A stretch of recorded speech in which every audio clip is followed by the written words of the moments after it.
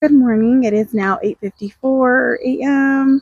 I've been sitting out here since earlier that I did the first video, and I had called my dad, and we sat on the phone for a while, and I had my cup of coffee and enjoyed the entertainment with the dogs. And now I don't know. Pumpkin is sitting here in front of me. I think Graham is up at the front somewhere running around. But I'm going to read a devotional for you today out of Ali Holcomb's Fighting Words, and it is 100 Days of Speaking Truth into Darkness. I've read through this twice already. We did this as a study through Proverbs 31 Ministries back in 2022. So the first time I read this was, I started it May 28th, 2022. And then I read it again with some of the same ladies who were in that group at the time, and some others that we did it through Facebook Messenger. And then we did that on May 30th, 2023 is when we started it. And I started it, I did day one, April 14th of this year, but I never got back to it because I did start reading a newer devotional book that I had received from Diana, which is the one I've read from before, Today's Going to Be a Good Day by Dr. Michelle Bankston. So, but I do want to read through this one more time. So, I probably will start this in July and just kind of go through it. I may not do this every day, but it'll be something that I add into my devotional reading because I really did enjoy this, and it really did help through a lot of those really hard days, especially with all that was going on in 2022. Around the time that I started this, matter of fact, my mom was in the hospital. I think it was actually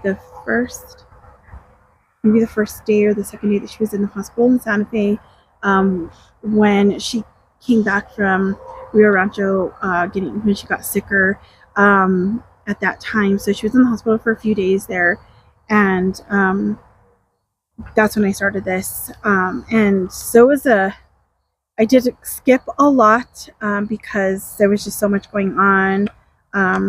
But I would try to take it with me everywhere that I went, and just try to get through it. And, for the most part, it looks like I did kind of get through most of them. But I remember there was a time where when I went through it the second time, there's a lot that's under just that one day.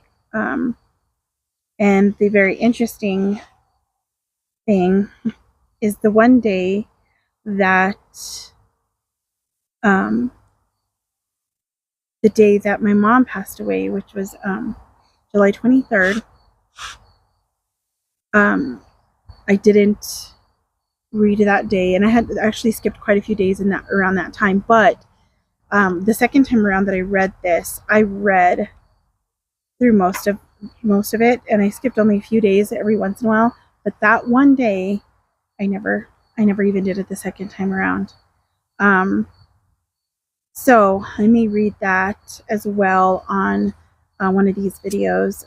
But for now, what I opened to this morning was day 48. So I'll read that today.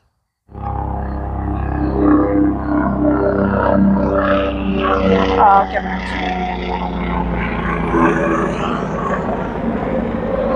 The low-flying helicopter. And the scripture comes from 2 Corinthians 12, 9 through 10. Therefore, start that all over again. Therefore, I will boast all the more gladly about my weaknesses, so that Christ's power may rest on me. That is why, for Christ's sake, I delight in weaknesses, in insults, in hardships, and persecutions, in difficulties. For when I am weak, then I am strong.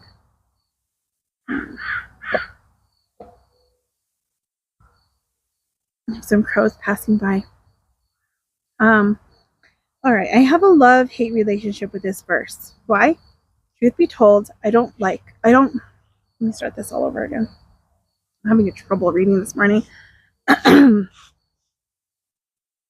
have a love-hate relationship with this verse. Why? Truth be told, I don't love feeling weak. I don't like asking for help. And a lot of days, I'm not good at it.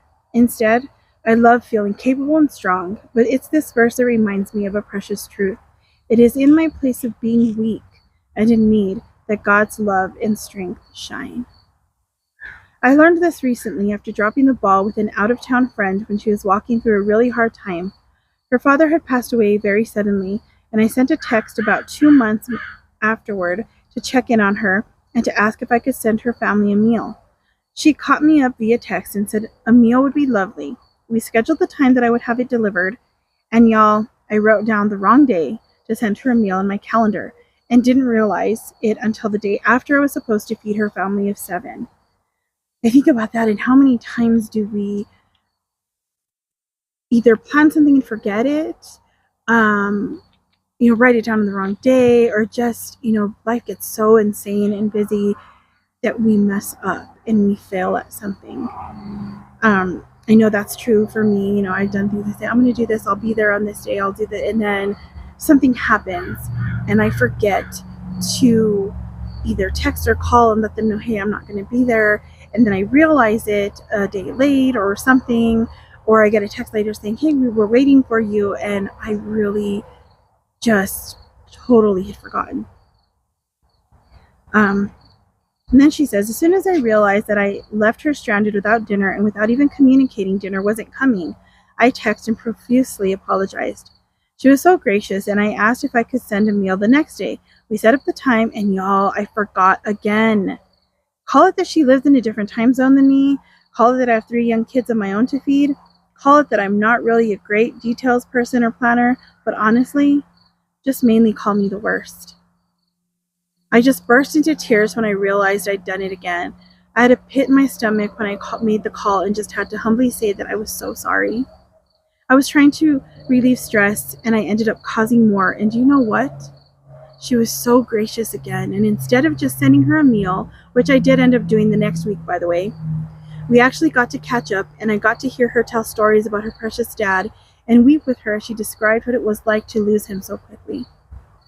Oh man, as hard as it was to reach out that second time and apologize for being the worst twice in a row, I can remember stopping to confess my weakness and insecurity to God and asking Him to fill in the gaps for me to be strong and present in this place I was completely failing in, and wouldn't you know it, He turned my blunder into the sweetest conversation that might have never happened if I had simply followed the program and done what I said I was going to do, both times.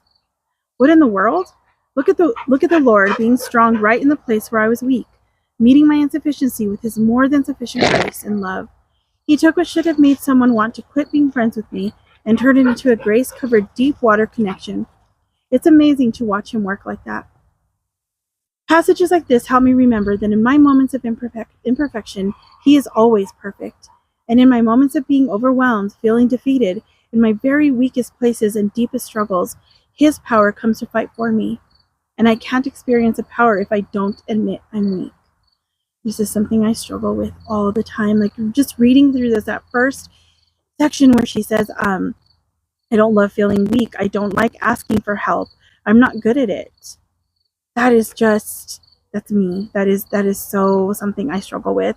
I want to be strong. I want to do it on my own. I want to fix everything for everyone else. I want to be, that glue that holds everything together and keeps everything together.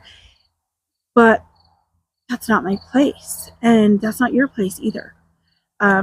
We need to let God do His work, and we need to do what we can, do our part, but we can't do everything. And when we put ourselves in a position where we never ask for help and we say we're going to do it on our own, all we're doing is making our so-called strength and so-called fix it, people pleasing, whatever you want to call it, personalities and habits idols. And they take the place of who God is supposed to be in our lives and who we are supposed to be in other people's lives, sharing His love and His grace, just like this friend of hers. I mean, could you be that gracious?